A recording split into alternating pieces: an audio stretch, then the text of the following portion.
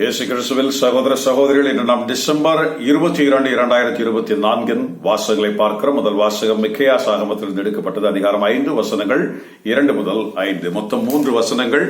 3 வசனங்களும் 3 காலகட்டங்களை பற்றி பேசுகிறது. முதல் வசனம் இயேசுவின் முதல் வருகையை பற்றி பேசுகிறது. இரண்டாவது வசனம் இயேசுவின் ரகசிய வருகையில் இயேசுக்காக தயாரிக்கப்பட்டவர்கள், அதாவது நீங்களும் நானுமாக இருந்தால், ஓகே, நான் இருக்கிறேன், நீங்களாக இருந்தாலும் சொல்றது வார்த்தைப்படக்கூடாது. ஏன்னா கிறிஸ்துவின், அதாவது கடவுளின் சித்தப்படி வாழ்பவர்கள், கடவுளின் வார்த்தைகளுக்கு பிசகாமல் தங்கள் வாழ்க்கையை செலுத்துபவர்கள், எப்பொழுதுமே கடவுள் சித்தப்படி மூவ் பண்றவங்க, அதாவது தம் சொந்த விருப்பங்களை இரண்டாம் பட்சமாகவும் கடவுள் வார்த்தைக்கு முக்கியத்துவம் கொடுப்பவர்களாகவும் வாழ்கிறவர்கள். இவர்கள் தான் யார்? கிறிஸ்துவை எவ்வாறு மரியாள் ஈன்றெடுத்தாலோ, கடவுளுடைய வார்த்தைக்கு விசுவசித்து கிறிஸ்து எவ்வாறு அவர்களுள் வளர்ந்தாரோ அதே போன்று, மரியாளுக்குள் வளர்ந்தாரோ அதே போன்று இந்த வார்த்தையும் கிறிஸ்துவை நாம் கருதாங்கியவர்களாக நம்மை மாற்றும். ஆகவே அப்பேற்பட்டவர்களை அழைத்து செல்வதற்கான அந்த இரண்டாவது வசனம், அவர்கள் தான் அதை ராப்சர் சொல்றோம், மேலெழுந்து போறவர், அதை குறிக்கிற வசனம் இரண்டாவது வசனம். மூன்றாவது வசனம் இயேசு கிறிஸ்து இரண்டாம் வருகையில் எவ்வாறு வரப்போகிறார், அந்த இடத்தில் இருந்து ஆட்சி செய்ய போகிற அந்த ஒரு காரியம். 3 வசனம், 3 கால பதிவுகள், 3 நேரத்தில் நடக்க போகிற காரியங்களை பற்றி பேசுகிறது. Let us listen this word. நீயோ எப்ராத்தா எனப்படும் பெத்லகேமே, எப்ராத்தா எனப்படும் பெத்லகேமே, யூதாவின் கோத்திரங்களுள் நீ மிகச் சிறியதாயினும் இஸ்ராயலில் ஆட்சி செலுத்தப் போகிறவர் உன்னிடமிருந்தே எனக்கென்று தோன்றுவார். இயேசு கிறிஸ்துவின் வருகையை பற்றி முன் அறிவித்தது மிக்கேயாஸ் அந்த காலத்தில் அறிவித்தார் இல்லையா? உன்னிடமிருந்தே எனக்கு தோன்றுவார், பண்டை நாட்களிலிருந்தே பழங்காலத்திலிருந்தே வருகிற கால் வழியில் தோன்றுவார். மிக முக்கியமான வார்த்தை, பண்ட காலத்திலிருந்தே பழங்காலத்திலிருந்து வருகிற கால் வழியில் தோன்றுவார். அப்படின்னா என்ன அர்த்தம்? ஒரு பரம்பரை, அதாவது ஆபிரகாமில் இருந்து பரம்பரையாக நமக்கு சொல்லப்படுகிறது. ஆபிரகாமில் இருந்து பரம்பரையாக சொல்லப்படுகிற அந்த காலம், அதுலதான் அவர் தோன்றுகிறார். இயேசு கிறிஸ்து ஆபிரகாமில் இருந்து 42வது பரம்பரையாக, 42வது பரம்பரையில் அவர் அந்த பரம்பரையாக வந்து பிறக்கிறார். பாருங்க, அதுதான். அப்போ ஆபிரகாமில் இருந்து யார் யார் யார் யார் யார் யார் யார் என்று சொல்லி இயேசு கிறிஸ்து அங்கே வருகிற காரியத்தை பார்க்கிறோம். இயேசு கிறிஸ்துவுக்கு 1000 வருடங்கள் முன்பு தாவீது இருக்கிறார். ஆகவே தாவீதின் குமாரனாக அவர் வருகிறார் என்று பார்க்கிறோம். ஆகவே தாவீதுக்கு 1000 வருடங்கள் முன்பதாக ஆபிரகாம் இருக்கிறதை நம்ம பார்க்கிறோம். எல்லாம் காலகட்டங்களில். ஆகவே அதுதான் அந்த வார்த்தை சொல்றது, பண்டை நாட்களில் இந்த பழங்காலத்திலிருந்து வருகிற கால் வழியில் தோன்றுவார். பாருங்க, இப்போ இது முதல் வருகை. இப்ப இரண்டாவது வருகை, அந்த ரகசிய வருகை பற்றி சொல்லு. ஆதலால் பேறுகால வேதனையில் இருப்பவள் பிள்ளை பெறும் வரை. யார் இது? இதுதான் நீங்களும் நானும். பேறுகால வேதனையில் இருப்பவர்கள் பிள்ளை பெறும் வரை. எந்த பேறுகால வேதனை? கிறிஸ்துவை ஈண்டெடுக்கிற, கிறிஸ்துவை கருகொள்கிற நாம், அதாவது கிறிஸ்துவின்படி வாழ்ந்து கிறிஸ்துவுக்காகவே, கிறிஸ்துவின் போதனையின்படியே வாழ்கிறவர்கள், அவர்கள் கடைசி நேரத்தில், அதாவது இந்த முடிவு காலம், இந்த எடுத்துக்கொள்ளப்படும் அந்த நாள் வரை, அதாவது we are waiting. அதான் பவுல் நமக்கு சொல்லுவார்ல, நாம் பேறுகால வேதனையுற்று இருக்கிறோம். படைப்புகளோடு சேர்ந்து நாமும் பேறுகால வேதனையுற்று இருக்கிறோம். எதற்காக? நாம் மீட்படைவதற்காக, இந்த உலகத்திலிருந்து எழுந்தருளி செல்வதற்காக. அதுதான் இங்க வருது. அது வரைக்கும் என்ன நடக்குதான்? அவர்களை அவர் கைவிட்டு விடுவார். யார? இஸ்ராயலரை கைவிட்டு விடுகிறார். நாம் எடுத்துச் செல்லப்படும் நாளுக்காக அவர்களை அவர் கைவிட்டு விடுகிறார். நடந்துதான். கிறிஸ்து வந்தார், அவர்கள் ஏற்றுக்கொள்ளவில்லை. ஆகவே புறவினத்தாருக்கு நற்செய்தி அறிவிக்கப்பட்டது. நமக்கு அவர்கள் ஏற்றுக்கொள்ளவில்லை, கைவிடப்படுகிறார்கள். உண்மையிலே கைவிடப்பட்டார்கள் இல்லையா? இயேசு கிறிஸ்து சபித்தார். எருசலேமையும் அவர் கப்பர்நகூமையும் நகரங்களெல்லாம் சபித்தார். இறைவாக்கினை வரிசையாக கொன்றாயே, நான் கடைசியா என்னையும் நீ கொல்ல போகிறாயே, நீ குடியேற்று போவாய், மண்மேடாகி போகும் என்று சபித்தார். ஆகவே கைவிடுகிறதை பார்க்கிறோம். கைவிட்டார். உலகெங்கும் சிதறடிக்கப்பட்டு போனார்கள். அங்கே வெறும் பாலைவனமும் மண்ணும் தான் இருந்தது இல்லையா? முதல் உலகப் போர், 2ஆம் உலகப் போர் வரைக்கும் அப்படித்தான் ஒரு நிலைமை அங்கே இருந்ததை பார்க்கிறோம். 1948 அவர் மறுபடியும் அவர்களை கூப்பிட்டார். அப்ப என்ன அர்த்தம்? நம்மை அழைத்து செல்ல போகிறார்னு அர்த்தம். இல்லையா? கருகொண்டவர்களை அவர் பிள்ளை பெறும் அந்த நிலையில் இருக்கிற நம்மை அவர் அழைத்து செல்ல போகிறார். ஆகவேதான் அவர்களை அழைத்திருக்கிறார். ஆகவே பாருங்க, ஆதலால் பேறுகால வேதனையில் இருப்பவர்கள் பிள்ளை பெறும் வரை அவர்களை கைவிட்டு விடுவார். அப்பொழுது அவருடைய சகோதரர்கள் எஞ்சி இருப்போர் இஸ்ராயல் மக்களிடம் திரும்பி வருவார்கள். வந்துட்டாங்களா? எஞ்சி இருப்போர் வந்திருக்கிறாங்களா? வந்திருக்கிறாங்க. இன்னும் பாருங்க, இன்னும் எப்ப என்ன நடக்க போகுது? அவர் தோன்றி ஆண்டவருடைய வல்லமையோடும், 4வது வசனம், அவர் தோன்றி ஆண்டவருடைய வல்லமையோடும் தம் கடவுளாகிய ஆண்டவரது பெயரின் மாட்சிமையோடும் தம் மந்தையை மேய்ப்பார். இதுதான் 1000 ஆண்டு அரசாட்சி. அங்குதான் ஆண்டவர் எனதாயன், எனக்கு ஏதும் குறையில்லை என்ற சங்கீதம் நிறைவேறப் போகிறது. இப்பொழுதெல்லாம் இல்ல, நம்ம சும்மா ஏதோ பாடிக்கிட்டு இருக்கிறோம். நோ, அது அங்குதான் நிறைவேறப் போகிறது. அப்போ நான் நம்பினேன் ஆண்டவரை என்ற பாடலை நாம பாடுகிறோம். அது சங்கீதம் 39 இல்லையா? அப்போ அந்த காரியங்கள் எல்லாம் அது முதல் வருகையில் நிறைவேறிய ஒரு காரியம். அப்பொழுதும் அது அங்கு நிறைவேறுகிறதை பார்க்கிறோம். முதல் வருகையில் அவர் பலியாக தன்னை ஒப்பு கொடுத்தார். அதான் நம்ம இன்னைக்கு 2ஆம் வசனத்துல பார்க்க போற அந்த காரியம். ஆகவே சினை ஆடுகளை அவர் அங்கே கூட்டிச் சேர்ப்பார் என்ற வார்த்தைகளை நம்ம பார்க்கிறோம். பாருங்க, இசையாஸ் 40 நம்ம அந்த வார்த்தையை பார்க்கிறோம். ஆயனை போல் அவர் மந்தையை மேய்ப்பார், அவற்றை அன்போடு எடுத்து அரவணைப்பார். எங்க நடக்க போது? 1000 ஆண்டு அரசாட்சியில் தான் இங்கே சொல்லப்படுது. அவர் கடவுளாய் ஆண்டவர் தமது மந்தையை மேய்ப்பார் என்ற முதல் வாசனம் பார்க்கிறோம். அப்போ அங்கே இசையாஸ் 40:11 நமக்கு சொல்லுது, சினை ஆடுகளை இளைப்பாறும் இடத்திற்கு கூட்டி சேர்ப்பார். மேலே நாம் தான் சினை ஆடுகள் தான் இந்த முதல் வாசகத்தில் நம்ம பார்த்தோம். நம்மை அவர் மேலே கூட்டிச் சேர்க்கிறார். மீதி இருக்கிற இங்கே உள்ள ஆடுகளை 1000 ஆண்டு அரசாட்சியில் அவர் அங்கே மேய்க்கிறார். பசும்பல் தரையில் இளைப்பாற செய்வது, அது இதெல்லாம் அங்கே நடக்க போகிற காரியமாக இருக்கிறது. நமக்கு நாம் அறியாத, புரியாத, நாம் கற்பனையிலும் செய்ய முடியாத ஏதோ வித்தியாசமான, இதைவிட மேலான காரியம் நமக்கு மேலே இருக்கிறது. அதுதான் நாம் மேலெடுத்து செல்லப்படுவது. பவுல் நமக்கு சொல்லுவார் இல்லையா, அந்த அதாவது அகற்றப்படுபவர் அகற்றப்படும் வரை, தடையாய் இருப்பவர் அகற்றப்படும் வரை அவரால் வர முடியாது, மேலிருந்து வர முடியாது. ஆகவே நம்மை அவர் இங்கிருந்து அழைத்து சென்ற பிறகு அவர் இறங்கி வந்து இங்கே இருக்கிற ஆடுகளை அவர் மேய்க்க போகிறார் இல்லையா? அவருடைய செவி, அவருக்காக காது திறக்கப்பட்டவர்களை அவர் மேய்க்க போகிறார். பாருங்க, தமது மந்தையை மேய்ப்பார், அவர்களும் அச்சமின்றி வாழ்வார்கள். ஏனெனில் இப்பொழுது உலகத்தின் இறுதி எல்லைகள் வரை அவர் பெரியவராய் விளங்க போகிறார். அவர் அங்கிருந்து ஆட்சி செய்ய போகிறார். அவருடைய வார்த்தை உலகம் முழுக்கும் கேட்க போகிறது. ஆண்டவரின் அருள் வாக்கு. இறைவா உமக்கு நன்றி. இந்த 2ஆம் வாசகத்தில் படிக்கலாம். அப்போஸ்தலரான புனித பவுல் எபிரேயருக்கு எழுதிய திருமுகம் அதிகாரம் 10 வசனங்கள் 5 முதல் 10. இது முதல் வருகையில் இயேசு கிறிஸ்து எவ்வாறு ஒரு பலியை தன்னை பலியாக செலுத்தி பழைய பலிகளை எல்லாம் பின்னைக்கு தழுவினார், அதற்கு முற்றுப்புள்ளி வைத்தார் என்பதை முதல் வாசகத்திலே பார்க்கிறோம். ஆகவே இந்த பலியினால் தான் நாம் என்ரிச்மென்ட் பெறுகிறோம், இந்த பலியினால் தான் நாம் நிச்சய வாழ்க்கை பெறுகிறோம் என்பதை நமக்கு சொல்கிற வார்த்தை. இந்த பலிதான் நம்மை சினை ஆடுகளாக மாற்றுகிறது என்று சொல்கிற வார்த்தையை நாம் இந்த வாசகத்திலே கேட்கிறோம். அதனால் தான் உலகிற்கு வரும்பொழுது கிறிஸ்து பலியோ காணிக்கையோ நீர் விரும்பவில்லை, ஆனால் எனக்கு ஒரு உடலை அமைச்சொழித்தீர் என்று சொன்னார். தன் உடலை பலியாக்கி சொன்னார். தகன பலிகளோ பாவ பரிகார பலிகளோ உமக்கு உகந்தவையா இல்லை. அப்பொழுது நான் கூறியது, இதோ இறைவா உம் திருவுளத்தை நிறைவேற்ற வந்து விட்டேன், என்னை குறித்த மறைநூல் சுருளில் எழுதியுள்ளது என்றார். பாருங்க, பலி இல்ல, ஆனால் உமது திருவுளத்தை நிறைவேற்றுவதுதான் முதன்மையான பலி. சாமுவேல் ஆகமத்தில் நம்ம பார்க்கிறோம். அங்கே பார்க்கிற சாமுவேல் 15:22 நம்ம பார்க்கிறோம். பலிகளையா ஆண்டவர் விரும்புகிறார்? இல்ல, செவிகளை விரும்புகிறார் இல்லையா? தன் வார்த்தைக்கு செவிமடுப்பவர்களை தான் ஆண்டவர் விரும்புகிறார். பலிகளுக்கு மேலானது அது இறை வார்த்தைக்கு செவி. பாருங்க, இன்னைக்கு வாசகத்தில் அதுதான் சொல்லுது, உம்முடைய சித்தத்தை நிறைவேற்றுவது பலி என்று நீர் விரும்புகிறீர் என்று இயேசு கிறிஸ்து சொல்வதாக அந்த வார்த்தை. திருச்சட்டப்படி ஒப்பு கொடுக்கப்பட்ட போதிலும் பலிகள், காணிக்கைகள், தகர பலிகள், பாவ பரிகார பலிகள் இவற்றையெல்லாம் நீர் விரும்பவில்லை, இவை உமக்கு உகந்தவையா இல்லை என்று முதலில் கூறுகிறார் இயேசு கிறிஸ்து. பின்பு இதோ உமது திருவுளத்தை நிறைவேற்ற வந்து விட்டேன் என்கிறார். பின்னையதை நிலைக்க செய்ய முன்னையதை எடுத்து விடுகிறார்.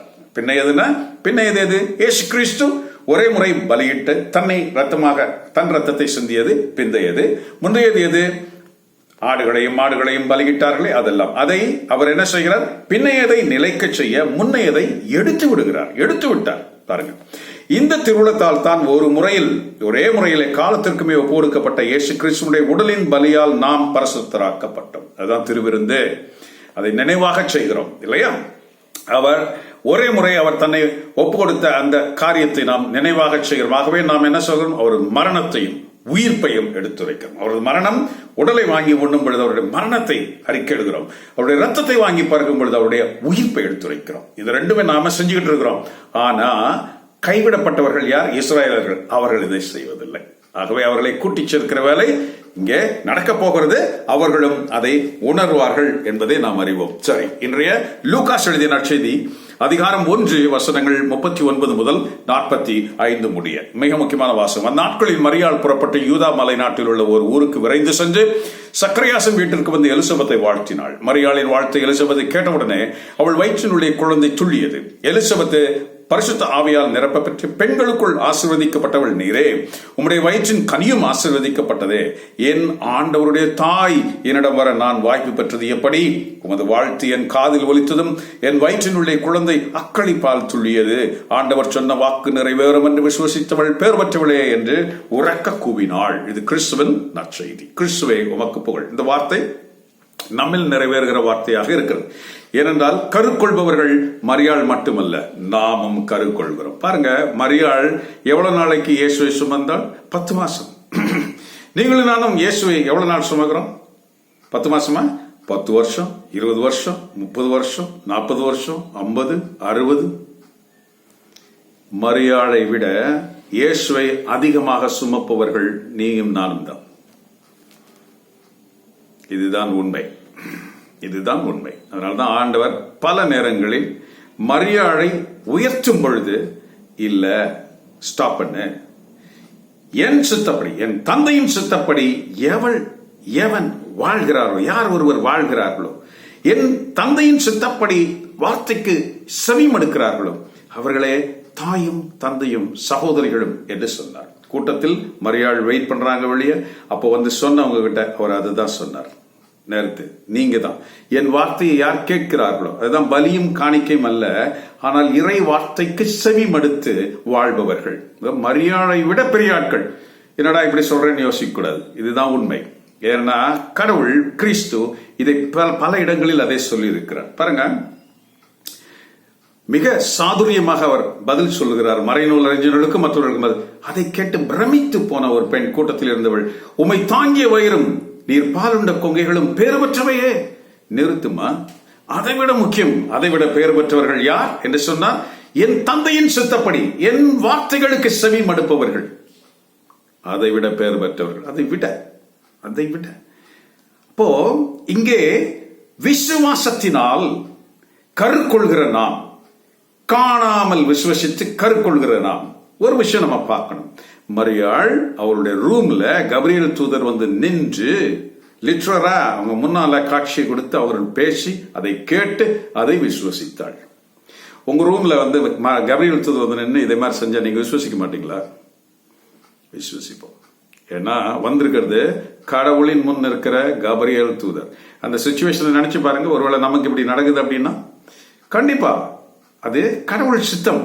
கடவுள் நாம் யாராக இருந்தாலும் சரி நம்மை ஒரு கருவியாக அந்த நேரத்தில் மாற்றி விடுவார். நம் மனதை இழகச் செய்து நாம் அதை விசுவசிக்கும்படி சூழ்நிலை நமக்கு உருவாக்கி தருவார். ஆகவே நாம் அந்த நேரத்தில் விசுவசிப்போம். அதுதான் இயேசு சொன்னாரு தோமையாரை பார்த்து, நீ கண்டு விசுவசித்தாய். மரியாளுக்கும் அந்த வார்த்தை தான், கண்டுதான் மரியாள் விசுவசித்தார்கள். காணாமல் விசுவசிப்பவர்கள் பெயர் பெற்றவர்கள். பியூட்டிஃபுல் உண்மை. மரியாளை இறக்க வேண்டிய அவசியம் இந்த இடத்துல நமக்கு இல்லை. ஆனா நம்ம மரியாளுக்கு கீழான ஆட்கள் என்று நாம் நினைக்கிறோமே, அதுதான் ஏமாழித்தனம், பக்கிரித்தனம், அது கோழைத்தனம். அதாவது நாம் கடவுளின் பிள்ளைகள் என்ற உணர்வில் இருந்து விலகி நின்று தூரமாயிருக்கிற அந்த ஒரு உணர்வை நாம் பெற்றுக்கொண்டு நாம் எப்பொழுதுமே ஏதாவது கொடுப்பா இப்படி உள்ள மனநிலைகளில் இருக்கிற அந்த ஒரு தனம், இதைத்தான் கடவுள் வெறுக்கிறார்.